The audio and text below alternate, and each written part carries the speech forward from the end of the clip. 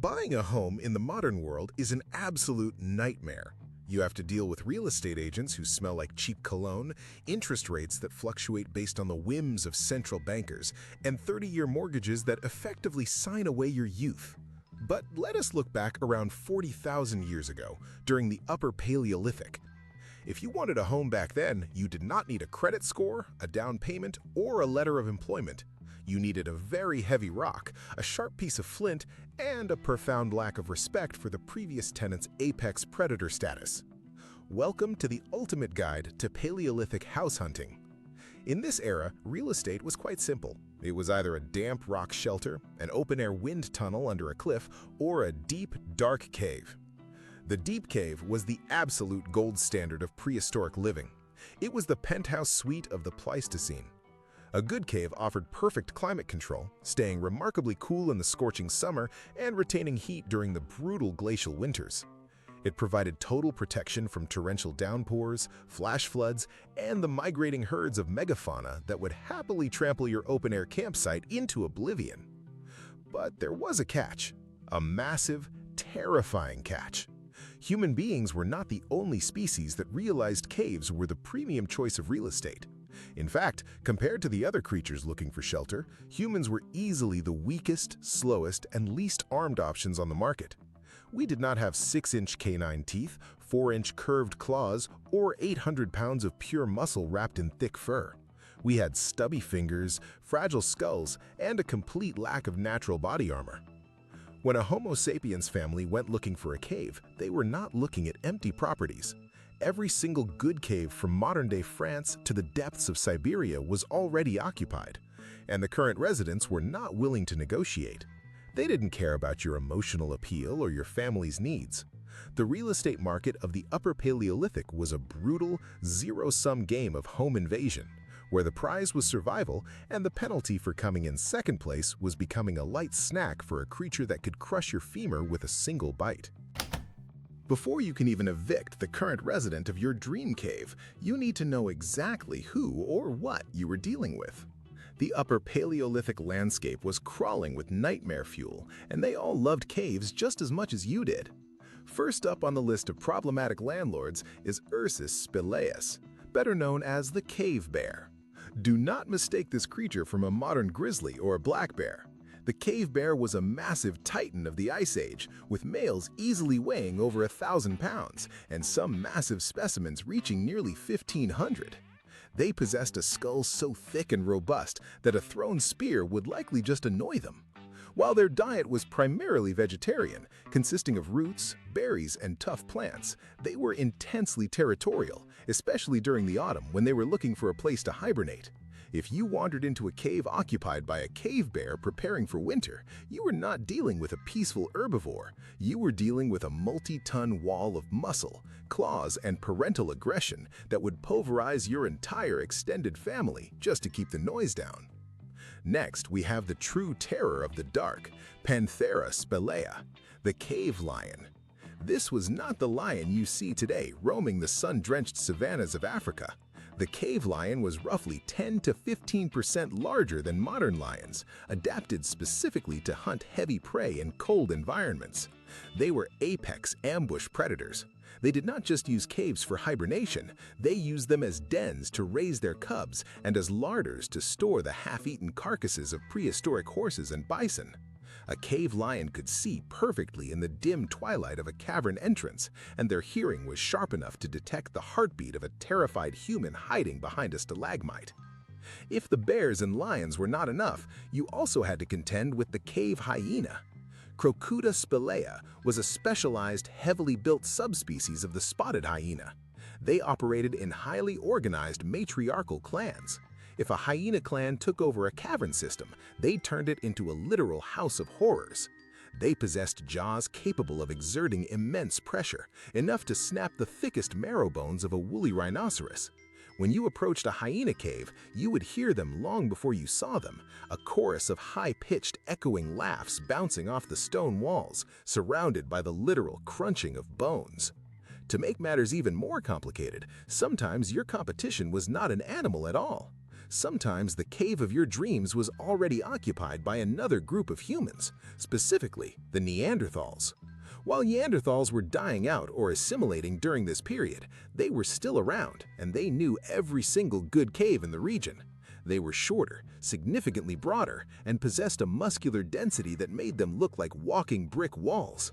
Taking a cave from a clan of Neanderthals who had lived there for generations was not a matter of a quick ambush. It was a prolonged, multi-generational tribal war fought with fire, stones, and deep-seated animosity. You cannot just sprint into a cave blindly, screaming a battle cry and waving a stick. That is an incredibly efficient strategy if your goal is to commit suicide via predator. A successful Paleolithic eviction requires an extensive, highly methodical property inspection and scouting phase. Your inspection begins several hundred meters away from the cave entrance. A professional Paleolithic house hunter looks for very specific environmental clues. First, look at the ground.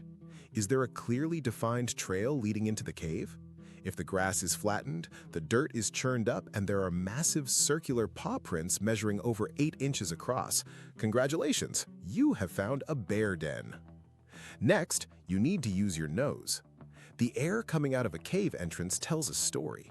If the breeze carries a sweet, earthy, musky scent mixed with the smell of rotting vegetation and heavy animal grease, you are smelling a cave bear. If the air smells sharply of ammonia, old urine, and the putrid stench of decaying flesh, you are looking at a cave lion or hyena den. This is the smell of a carnivore's larder, and it means the cave is actively being used to process meat. If the cave passes the smell test, you look for visual signs of structural modification. Are there deep scratch marks on the limestone walls near the entrance? Cave bears regularly sharpened their massive claws on the stone, leaving vertical gouges that could be up to 6 feet off the ground. If you see scratch marks higher than your head, that is nature's way of saying no trespassing. If everything looks quiet, it is time for the daytime surveillance operation. Many of these predators are nocturnal or crepuscular, meaning they are most active during the twilight hours of dawn and dusk. During the middle of the day, a cave bear might be asleep deep within the cave, or a cave lion might be out hunting on the valley plains. You must station scouts on a high, safe vantage point opposite the cave entrance. For 3 to 4 days, you watch the entrance. You count how many individuals go in and out. Is it a solitary old male bear? Is it a pride of lions? Is it a clan of 20 hyenas? Knowing the exact head count of the current occupants is the difference between a successful eviction and an absolute slaughter. Once you have identified your target cave and confirmed its occupants, you need to prepare your toolkit. You cannot evict an Ice Age predator with harsh words. You need the cutting-edge technology of 40,000 years ago. The foundation of your arsenal is the spear, but not just any stick.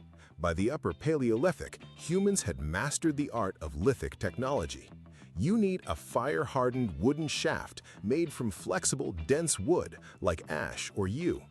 To the tip of this shaft, you attach a finely napped flint or chert projectile point secured tightly with animal sinew and sealed with a homemade adhesive made from boiled birch bark tar or pine resin. But a hand-thrown spear has limited range and penetrating power.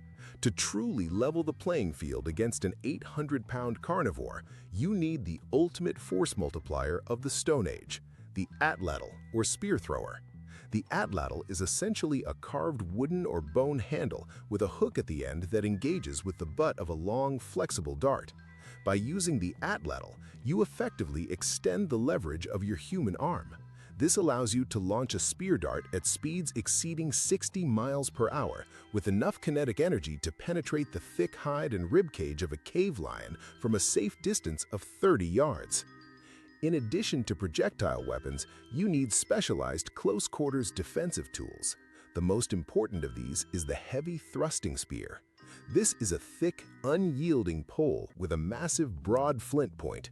It's not meant to be thrown. It's designed to be planted firmly into the ground at a 45-degree angle, braced against your foot, with the point aimed directly at the chest of a charging beast. When a cave bear lunges at you, its own massive body weight and forward momentum drive the spear deep into its vital organs. Finally, you need the most powerful weapon in the human inventory: fire. Fire is the one thing that every single apex predator fears unconditionally. You need to prepare torch bundles made from highly flammable materials.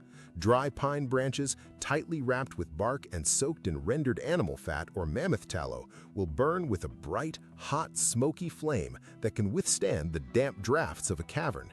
Fire is your shield, your psychological weapon, and your tactical flashbang, all rolled into one. Now we arrive at the tactical execution. The absolute safest way to evict a dangerous animal from a cave is to make the cave completely uninhabitable for them without ever stepping foot inside. This is known as the smokeout method, and it is the gold standard for clearing out cave bears or hyena clans. The operation begins at dawn, when the target animal is deep inside the cave, asleep or sluggish.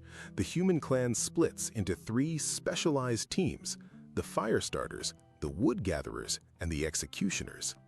The wood gatherers quickly pile an immense mountain of dry kindling, leaves, and green damp pine branches directly in front of the main cave entrance. The green wood and damp vegetation are crucial because they produce a thick, acrid, suffocating white smoke rather than a clean, hot flame. The fire starters use their flint strikers and iron pyrites to shower sparks onto a bed of dry tinder, quickly nurturing a small blaze into a raging bonfire right at the mouth of the cave. Using large, flat hides or broad wooden bark panels, the humans act as manual bellows, directing and fanning the dense columns of smoke directly into the cavern tunnel. As the wind draws the smoke deep into the cavern system, the interior becomes a toxic trap. The oxygen levels drop, and the stinging smoke fills the eyes and lungs of the sleeping animals. Deep within the cavern, the cave bear wakes up, coughing, disoriented, and panicked. The natural instinct of any animal in a smoke-filled space is to flee toward the fresh air, which means they are going to run directly toward the entrance. This is where the executioners come in. They form a deadly semicircle around the cave entrance, standing just far enough back to avoid a blind rush, but close enough to maximize their accuracy.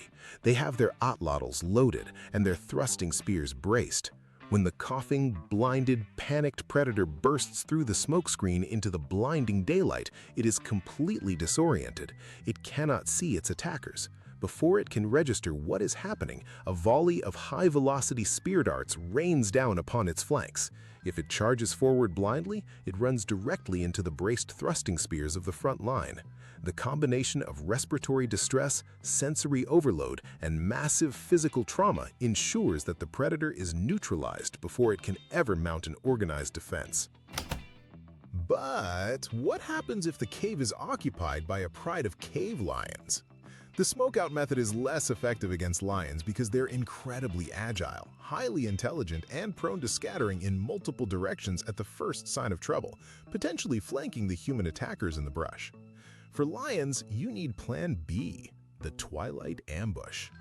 This strategy capitalizes on the lion's natural behavioral patterns. Cave lions typically leave their den during the late evening to hunt the migrating herds in the valleys. This leaves the cave temporarily unguarded or occupied only by vulnerable cubs and a single defensive female. The ambush takes place during the late afternoon. The humans conceal themselves in the rocks and brush along the high ridges overlooking the approach trail to the cave. They do not attack the lions inside the cave, they wait for them to leave. As the sun dips below the horizon, the lion pride files out of the cave entrance in a single column line, moving down the narrow rocky path toward the hunting grounds. Once the pride is stretched out along the narrow trail, where their mobility is restricted by the steep terrain, the humans strike. The attack begins with a coordinated bombardment of massive boulders pushed from the high ridges above. This disrupts the pride's cohesion, crushing or pinning individuals and creating mass panic. Simultaneously, the humans launch a barrage of atlat darts from an elevated, unassailable position. If the lions attempt to retreat back up the path toward the safety of their cave, they find their way barred by a secondary human blocking force that has emerged from hiding, brandishing roaring torches and a wall of spears. By cutting off their retreat and forcing them into a disadvantageous bottleneck, the humans can systematically dismantle the Pride using ranged weaponry, ensuring that the lions never have the opportunity to engage in the close-quarters claw and teeth combat where they hold the absolute advantage. Once the main threat has been neutralized or driven away from the entrance, you might think the house hunting process is over. It is not.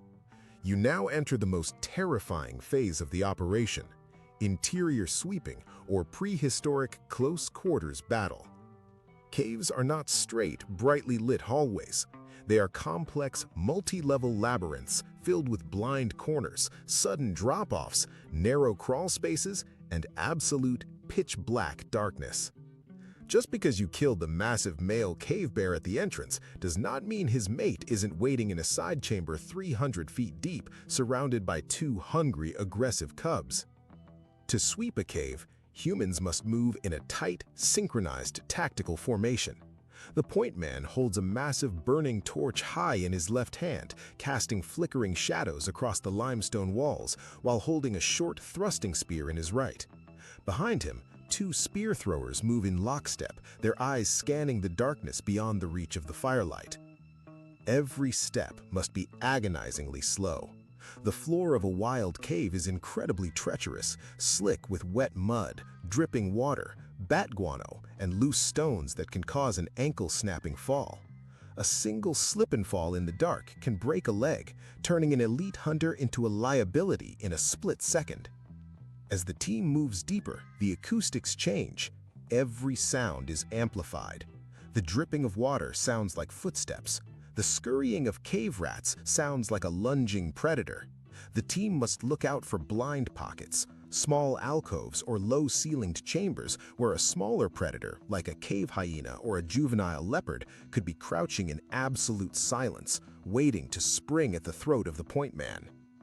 If a hidden predator is discovered in the deep recesses, ranged weapons are useless. The space is too tight to swing an atlatl or throw a spear. This is where the thrusting spears and torches become life-saving tools. The point man thrusts the roaring hot torch directly into the face of the animal, blinding it and burning its sensitive nose, while the secondary line drives their heavy spears forward into the animal's chest, using the narrow stone walls of the cave to pin the creature so it cannot thrash or swing its claws. It is a brutal, claustrophobic, nerve-wracking affair where a single mistake means bleeding out in the dark, miles away from any help. Congratulations! You have successfully evicted the apex predators, cleared out the hidden threats in the deep chambers, and survived the most dangerous real estate transaction of your life. The cave is officially yours. But you cannot just move your family in and start relaxing. The cave right now is a toxic, disease-ridden biohazard. Before the children and elders can enter, the cave must undergo a comprehensive domestic cleansing process. The first order of business is dealing with the floor. If the cave was occupied by bears or hyenas for decades, the ground is covered in a thick, compacted layer of ancient feces, rotting bone fragments, decaying meat, and thousands of parasitic fleas, ticks, and lice waiting for a new warm-blooded host.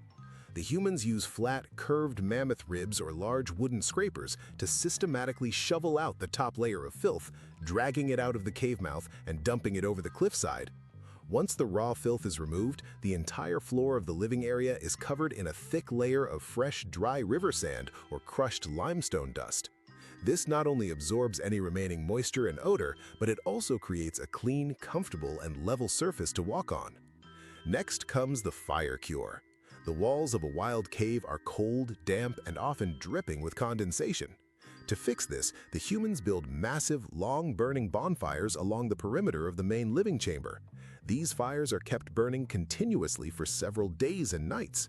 The intense, sustained heat bakes the limestone walls, drying out the moisture, killing any deep-seated mold or fungus, and driving out the millions of insects hiding in the microscopic cracks of the stone. The smoke from these fires rises to the ceiling, creating a thick layer of black soot that actually seals the stone and prevents loose rock fragments from flaking off and falling on people's heads. Finally, the cave is zoned for living. Prehistoric humans were remarkably organized homemakers. They did not just sleep anywhere, they designated a specific zone near the entrance where natural light was still available as the primary kitchen and tool manufacturing workshop. Deep hearths lined with heavy stones are constructed to retain heat long after the wood turns to ash. The sleeping quarters are placed further back, shielded from the cold drafts of the entrance by artificial windbreaks made from large animal hides draped over wooden frameworks or bone poles. The dream home is finally complete, secure, warm, dry, and free of deadly landlords.